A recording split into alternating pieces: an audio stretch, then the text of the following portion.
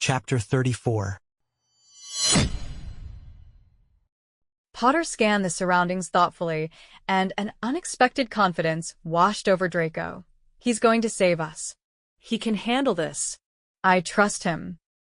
No one can explain why you lost your powers attacking me, Potter suddenly said. I don't know either, but I do know why you couldn't kill me.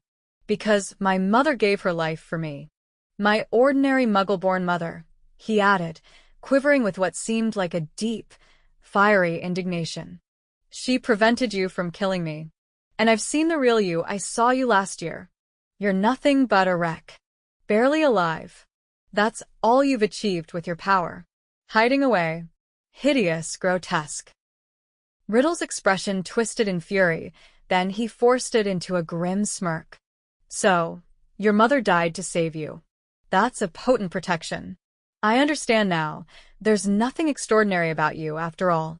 I was curious, you see, because there are peculiar similarities between us, Harry Potter. You must have noticed. Both of us are half-bloods, orphans, raised among Muggles. Probably the only Parselmouths at Hogwarts since the great Slytherin himself. We even bear some resemblance. But it was merely chance that saved you. That's all I needed to know. It was delightful to hear Voldemort being so utterly mistaken. Now, Harry, let's have a little demonstration. Let's measure the might of Lord Voldemort, the heir of Salazar Slytherin, against the famous Harry Potter and all the finest weapons Dumbledore can arm him with. He cast an amused glance at Fawkes and the Sorting Hat before turning towards Ron, prompting Draco to fear the worst. Hold on, Draco called out. Wouldn't it be more entertaining to have his friends helplessly watch? Ron shot him a furious glare, and Draco offered a helpless shrug. All right then, Riddle responded, gesturing dramatically towards Draco. Go on, red-headed one. Join young Malfoy. Riddle raised his wand, summoning a ring of blue fire around Draco, Ron, and Luna, forming a narrow circle with heat so intense that Draco could feel the air shimmering beside him. Ron clung to Draco, although he didn't scream. It was Draco who screamed, though he felt perfectly justified, especially after Riddle's subsequent words. Your friends will witness your defeat, Harry Potter, and as the light fades from your beloved eyes, you shall see me butcher them like animals. He nodded towards the ring of fire. Well, the redhead. He can die swiftly. But Abraxas's grandson is intriguing. There's something distinct about you, Draco, Riddle mused, his gaze resembling the creepy way Voldemort used to look at Aunt Bella. You're quite fascinating. Pretty little Draco Malfoy. I'll relish tearing you apart slowly. In your dreams, Potter shouted, clutching the Sorting Hat tightly. Riddle chuckled with graceful disdain. That's precisely the point. He halted between the towering pillars and looked up at the stone visage of Slytherin, high above in the dimness. Opening his mouth, he began to hiss. Potter seemed to grasp the gravity of the situation by the growing fear etched on his face. Don't be afraid, Draco shouted. It's just a basilisk. Giant spiders are much scarier than that. Hey, Riddle. Hagrid's creature is far superior to yours. He turned to Ron, clutching Ron with one clammy hand while the other desperately held onto Luna's cold one. Well, it looks like we're pretty useless. We're not, Ron yelled back. Harry, it hates roosters. Try making rooster calls. Judging by Riddle's almost laughter-induced convulsion, Draco had an embarrassing inkling that it might not deceive a basilisk. Slytherin's massive stone face was shifting, which hardly improved the already rather rough craftsmanship. Its mouth opened wider and wider into a massive black void, and then something began to stir within the statue's mouth, a dark, interminable form emerging behind the ring of blue fire as Ron cried out from Draco's painful grip on his hand. Potter wasn't having much success with the basilisk slaying, even a biased observer would concede. He backed up against the chamber's dark wall, and then the phoenix took flight. He's retrieving the sword, Draco thought, his heart swelling with hope, though Potter must have been feeling rather deserted.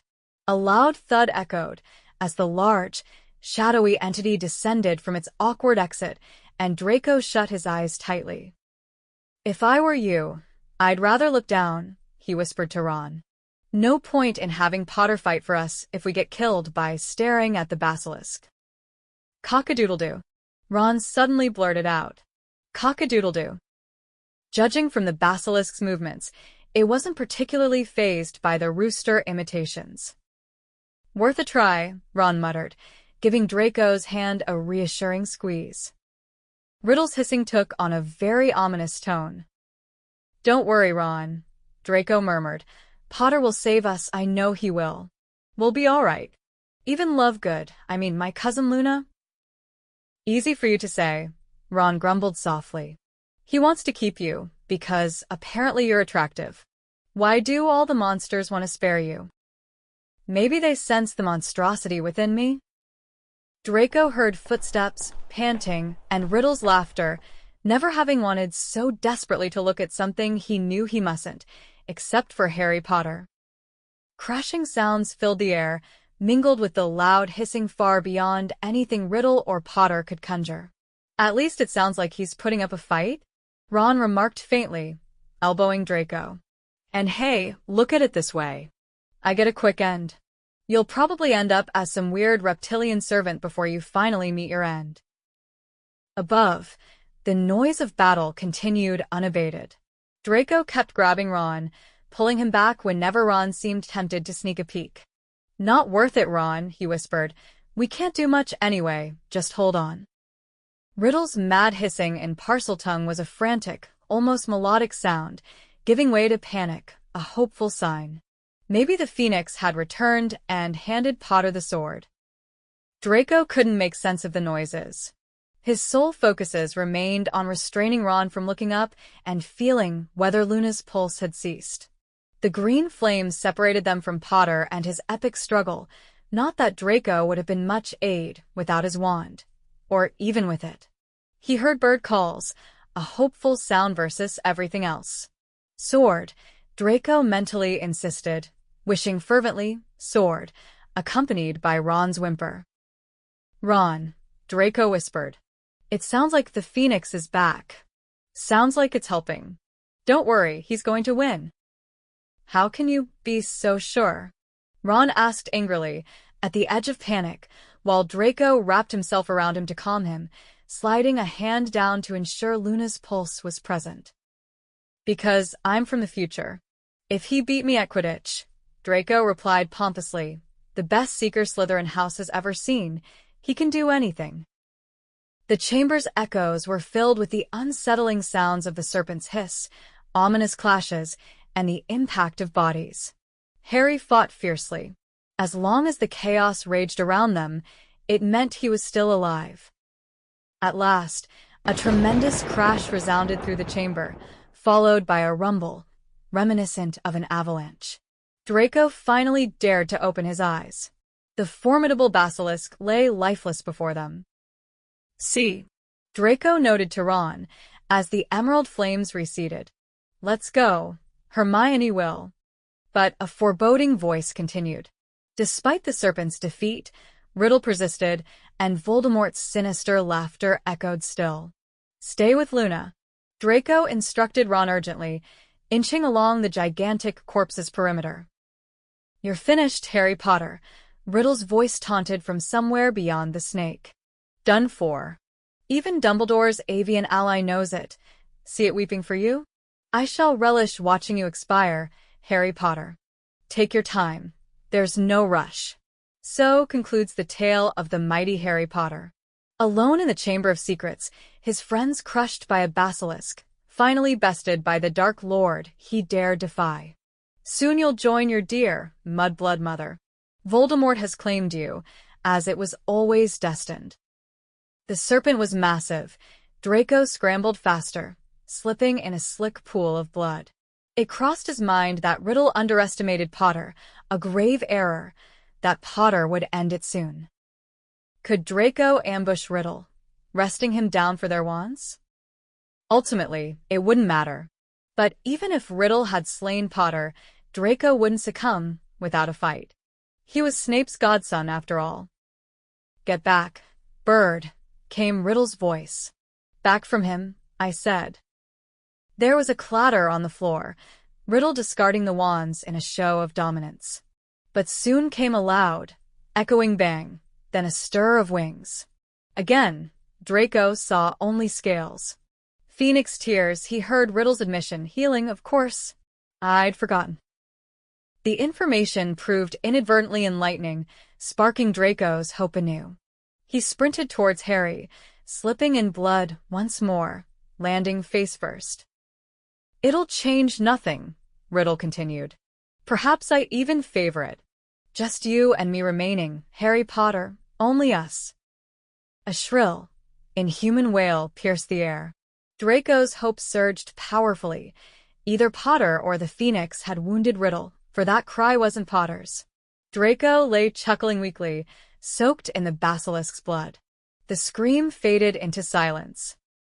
Finally standing, Draco navigated around the creature, and there lay Riddle's diary, impaled by a basilisk fang. Ink, like blood, spilled across the stone. Where the fang touched, the ink simmered. Riddle was gone, the diary's demise seemingly his end, the scream his death cry. Two wands lay undisturbed in the ink as it meandered to mingle with the serpentine blood. And Potter was absent. Draco's heart lurched until he heard a metallic slick sound. He hurried to the beast's maw and saw Harry, drenched in ink and blood, sorting hat tucked under an arm, retrieving a sword from the basilisk's gaping mouth. He could not help but feel a strange affection for Harry. In the chaos, such a thought was absurd, yet it persisted. The blood was a dark crimson, darker than Gryffindor rubies, pooling on Potter's pale hands. The lifeless eyes of the basilisk, already gored, loomed behind him. If Draco ever doubted Harry's legendary heroism, the disbelief dissolved now. Not just by his vanquishing of the beast with that sword, but by an ineffable look in Harry's eyes, accessing sights beyond ordinary vision until they met Draco's own. Draco. Thank goodness. Are you hurt? You're drenched in blood. Embarrassed, Draco approached the wizarding world's savior, stained in the blood of the serpent Harry had just slain. No, it's not mine. Just the basilisk's. There was a lot, you see. Is Ron safe? Harry inquired hurriedly, then called out, Ron. It's over. Riddle's gone. He turned back to Draco, pocketing the Talon wand. It's not your blood? You tell me? I feared for you, Draco, that Riddle would, but he's gone, when I pierced the diary. Potter stood there, like a mythic hero, covered in grime enhancing his green eyes' brilliance, rivaling even the legendary Phoenix. And I finished off the basilisk too with a sword, did you catch that? Yes, Potter. Draco replied with sarcasm. I noticed. For a moment, Potter seemed to anticipate recognition, a confirmation of his heroism. Blushing, Harry let the sword's tip drop. Draco wondered if Harry expected a praise of sorts. Draco was at a loss for words. How do you commend such an act? It wasn't merely slaying basilisks. Harry embodied the heroic ideal, oblivious to his extraordinary aura. Little wonder in hindsight, Draco's former disdain stemmed from envy. Harry resembled a knight of fable, liberating the damsel from a beast, victorious. But a darkness lingered within, its remnant nestling in that infamous scar. Draco had once seen Harry as a rival. How naive. Looks like you owe me less now, Draco quipped. Ron still has some catching up. Still indebted, Harry added shyly. Always will be. Thank you, Draco mustered. If I were the true heir of Slytherin, you'd best me. Unconvinced, Potter laughed. A basilisk is one thing, but a dragon? He set the sword aside, intertwining his blood-slicked fingers with Draco's fleetingly. Then Ron arrived, breaking the moment. Harry. Draco. You look all right. What in blazes happened, Harry? Did you beat him? Returning Luna to an upright position, her color slowly improving, Draco listened as Ron bombarded Harry with questions. This place is quite peculiar, isn't it? Ah, greeting, Draco. It seems we've just discovered we're related as cousins. I had no idea. Thanks for listening. If you enjoyed this chapter, please hit the subscribe button and ring the bell to stay updated with more audiobooks. Happy listening!